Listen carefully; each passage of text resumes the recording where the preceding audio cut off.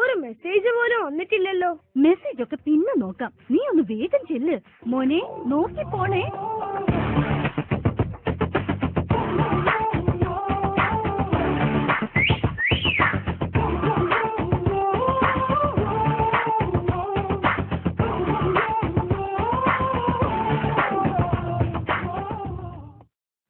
ഈ ചെക്കൻ രാവിലെ തന്നെ എന്റെ കയ്യിൽ നിന്ന് മേടിക്കും.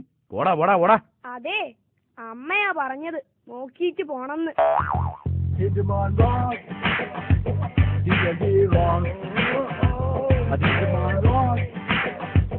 ഹലോ, അതെ, ഞാൻ ഡ്രൈവ് ചെയ്യുകയാണ്, പിന്നെ വിളിക്കാം. ഓക്കെ. എടാ ടിൻഡു, നീ എങ്ങോട്ടാ? മരുന്ന് കടയിലേക്കാ.